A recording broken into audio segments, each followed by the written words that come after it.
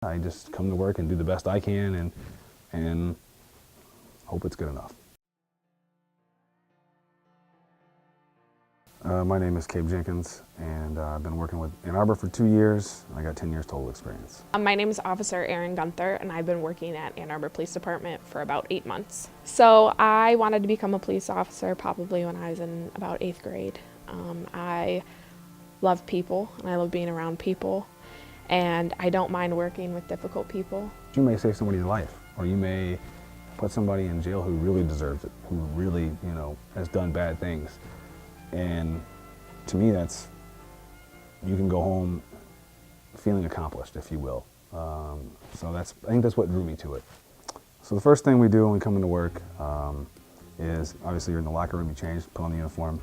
If you're a day watch person like me, 7 o'clock is briefing. So we go sit down all together, everybody's on the shift. Sergeant lets us know what's going on, what happened over the night, anything we should be aware of, people to look for, things like that, things of importance. You get your assignments, like what area you're going to be working. And then from there you go downstairs, get a car, and go out on your shift. Our shifts are usually 12-hour shifts. So to prepare for our shift, we have to go get our patrol cars ready. So we go down to our garage and we have to check our cars. So we have to check to make sure there's no vehicle damage on our cars, check our back seats, and make sure that if there was any prisoners in the back that they didn't leave anything there. You have to check to make sure all of your equipment's there and working. You gotta check your rifle, make sure it's functioning properly. You have to log into your computer and log into your in-car video system. And overall, you just have to get your car prepped and ready, make sure everything works, and then you can head out on the road. When I go on patrol, I usually start out by just driving around whatever territory I'm going to be in, just to make sure if there's something I need to know. Like, for example, if there was a closed road that I didn't hear about, it's good to know that before I'm going really fast somewhere. My lights and sirens, and I all of a sudden can't get through. Then it just kind of depends how I feel. It depends what the weather's like. Depends how many people are on our shift. There's a lot of variables. If we're short, you're not going to go out and start shaking the trees, because if you get tied up, there's not going to be anybody in your area, and other officers will have to come down, and it gets very confusing. If you got a lot of officers, you can go be proactive and try to, find something good. I mean, you're doing everything. You're doing a variety of work. You're handling your calls, but you're also having a lot of community contacts. And we have activity logs that we have to fill out, so it's a good way to put that on your day sheet and state that you went around and we're checking areas. So at the end of our shift, before we go, you got to finish up, depending on what the paperwork is, like if it's a domestic or an in custody and arrest, you have to have the report submitted and completed before you go home.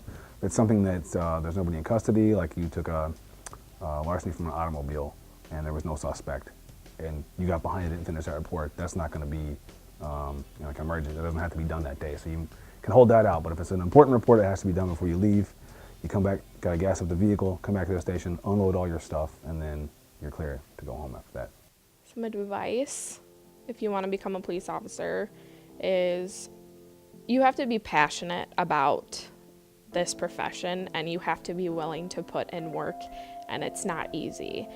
And you're going to be put in situations where you're so uncomfortable, but you have to push through that, and you have to just put on a face that you got this and you're going to make it through. I think the best advice you can give them really is to keep an open mind and be thorough, and you've got to try to understand people. It's not all just flashing lights and guns and handcuffs. There's a lot that goes on. And most of the job, you're not going to be arresting somebody. You're going to be dealing with somebody else's problem. You're going to be seeing them when their life is not going well. So you really have to know people and have some kind of empathy or understanding to really do this job well, in my opinion. For anyone that wants to do this job, do it. It's a great career, and I think there's great benefits to it. And yeah, it's tough in our position right now, and people view us differently, but I think that there are a lot of people that do appreciate what we do, and so that's why I do it.